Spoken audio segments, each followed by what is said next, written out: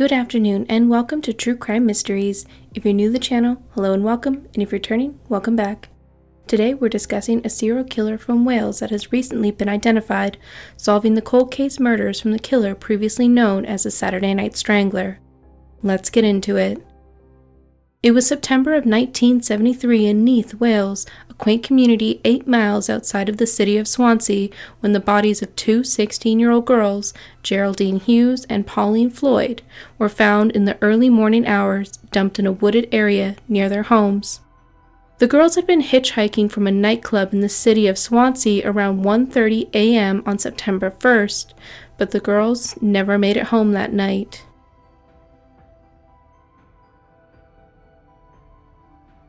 The girls had been picked up, and despite what should have been a short drive home, the girls were driven to a grove of trees near where they lived. There, Geraldine and Pauline were both sexually assaulted, then apparently allowed to redress as indicated by dirt and debris on the soles of their feet and inside their tights. They were both killed within yards of each other, sustaining head wounds and strangulation marks. It was determined that strangulation by a rope was the cause of their deaths. How their killer managed to control and murder both girls simultaneously is unknown and likely never will be. The homicides left two families grief-stricken and the local community afraid and outraged. To make matters worse, this was not the only recent murder of a local teenage girl. Just a few months earlier, in July of 1973, 16-year-old Sandra Newton had been found dead in Neath, her body dumped in a culvert near the mountain roadway.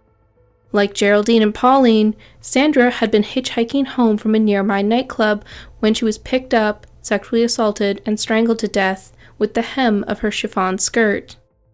Since all of the girls had been hitchhiking when they were picked up and killed, it's easy to look at a case like this from a modern perspective and wonder why such young girls would have been getting in a car with a strange man alone at night. But in the 1970s, hitchhiking was normal. It was part of the culture, even for young women. There also often wasn't another option. When the girls were going out, there weren't any buses running at 1 or 2 a.m., and none of the victims had cars of their own. Taxis also would have been much too expensive, so this really only left hitchhiking when going out miles from home. With the hitchhiking, the assaults, and the strangulation in common, the connection between the murders seemed obvious to local citizens, news outlets, and police at first, but became complicated by the fact that Sandra had a married boyfriend who she'd been out with the night of her murder, who seemed a likely suspect in her murder investigation. Her boyfriend claimed they'd walked home in opposite directions, and that was the last he saw of her on the night of her death. Suspicion was cast on him, but he didn't have a car or license, and since her body was found miles away from where they had last been together, he was eventually ruled out as a suspect. So an alleged connection between the murders was established once again. Following the murders of Geraldine and Pauline in September, the Welsh police quickly assembled a huge team to catch the man that local papers began to call the Saturday Night Strangler. Over 150 detectives were dispatched to go door to door to see if anyone saw anything suspicious on the night of the murders. This case was about to become the largest murder inquiry in Welsh history. In 1973, when the investigation was just beginning, the term serial killer had not yet been coined. Little was known about this type of repeat killer. The personality or motivations of serial killers were not understood, and criminal profiling and psychology were fairly new concepts.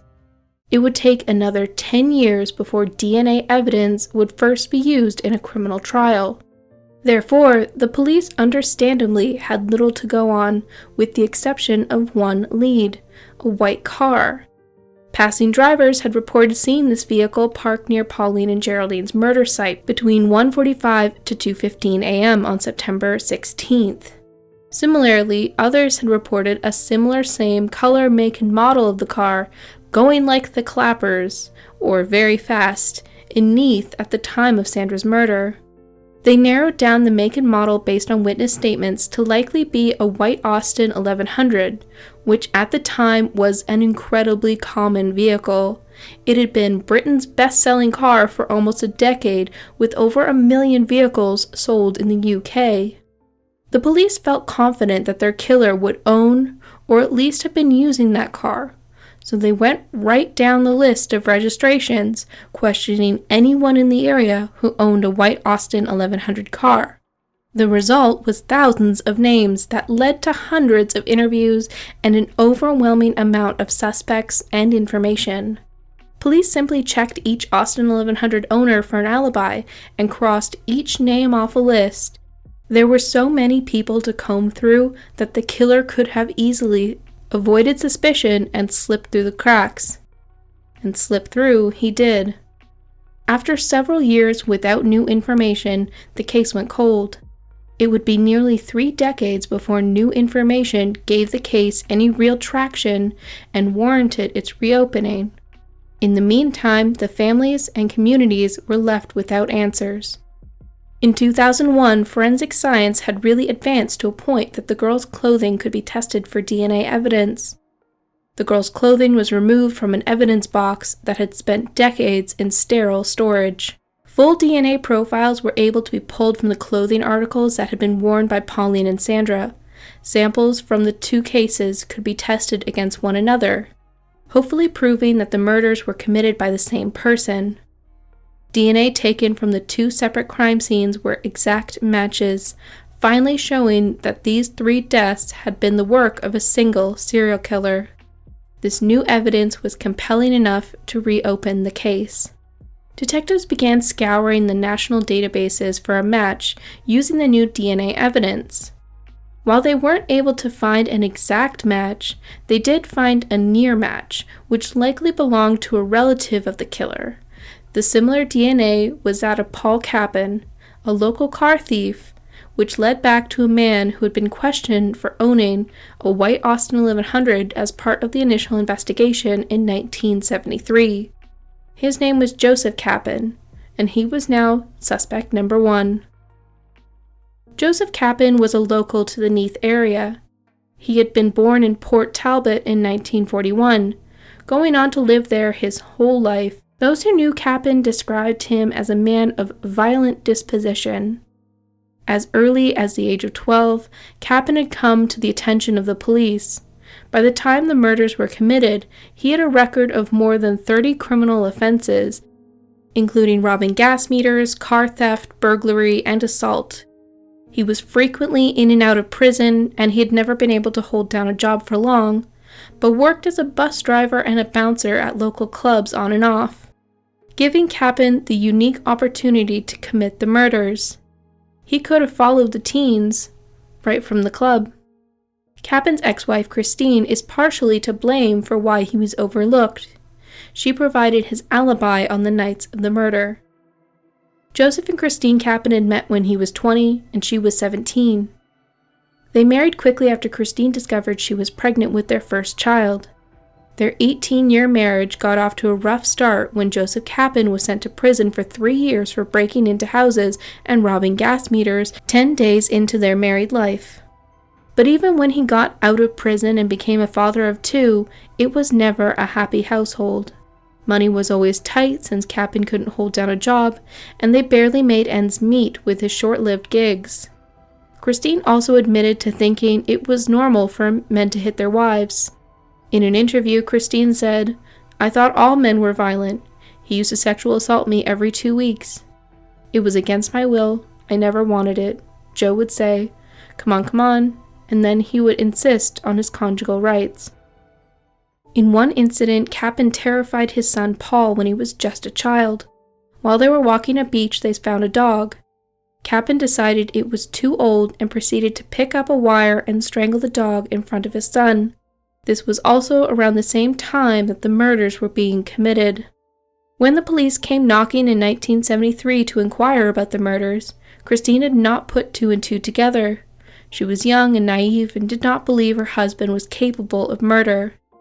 Furthermore, because Kappen was always committing petty crimes, Christine had learned to agree with him if the police showed up at the house. So, like she often had, she alibied him for the night of the murders, and the police checked him off their list. 3 years went by before the DNA evidence had landed Kappen back on the police radar and made him their top suspect in 2002. Yet another obstacle stood in the way of the killer being brought to justice. Kappen had died of lung cancer at only 48 years old in 1990. Though Kappen could never be punished for ending the lives of the 3 young women, the police hoped they could still find a way to prove his guilt and bring a sense of finality and peace to the families of the victims.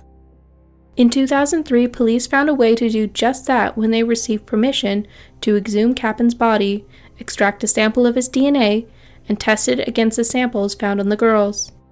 When they did so, they received the answer they had been looking for and finally proved that Joseph Kappen was the man who sexually assaulted and killed Sandra Newton, Geraldine Hughes, and Pauline Floyd in July and September of 1973. Kappen was the first person to be identified after death as a serial killer through familial DNA profiling. The conclusion of this case was not only a milestone in DNA profiling, but it brought answers to the 3 families of the girls who had never thought they would live to see their daughter's killer identified. Geraldine Hughes' father said of he and his wife, "We have relived what Geraldine must have gone through every night for nearly 30 years. Now we know for certain who killed our daughter, and we can finally find some peace. We took flowers to Geraldine's grave and had a few quiet words with her, and we felt we had put her to rest properly." In addition to the murders in 1973, Kappen is also being investigated for the murder of Maureen Malky, who was aged 23 and was strangled and killed in 1976. There were also several sexual assaults in areas he lived in and worked in that are being investigated to see if there's a connection. Joseph Kappen had been Wales's first serial killer. Cold case detective Dr. Colin Dark said in a statement to media, "After all these years of questions, suppositions, and heartaches to the girls' families, we got our man at last." Well, that is it for this video. As always, thank you so much for watching. If you like this content and what I do over here, please don't forget to subscribe and hit the notification bell so you don't miss my next upload. If you can give this video a like if you enjoyed the content, that would be much appreciated as it helps the channel to grow. We also have channel membership as well as Patreon if you want to get more behind the scenes content as well as just supporting the channel. In the description box of this video, you will also find all the links to my socials to connect with me as well as other goodies. But with that being said, thank you so much for being here. I will see you all in the next one. Bye for now.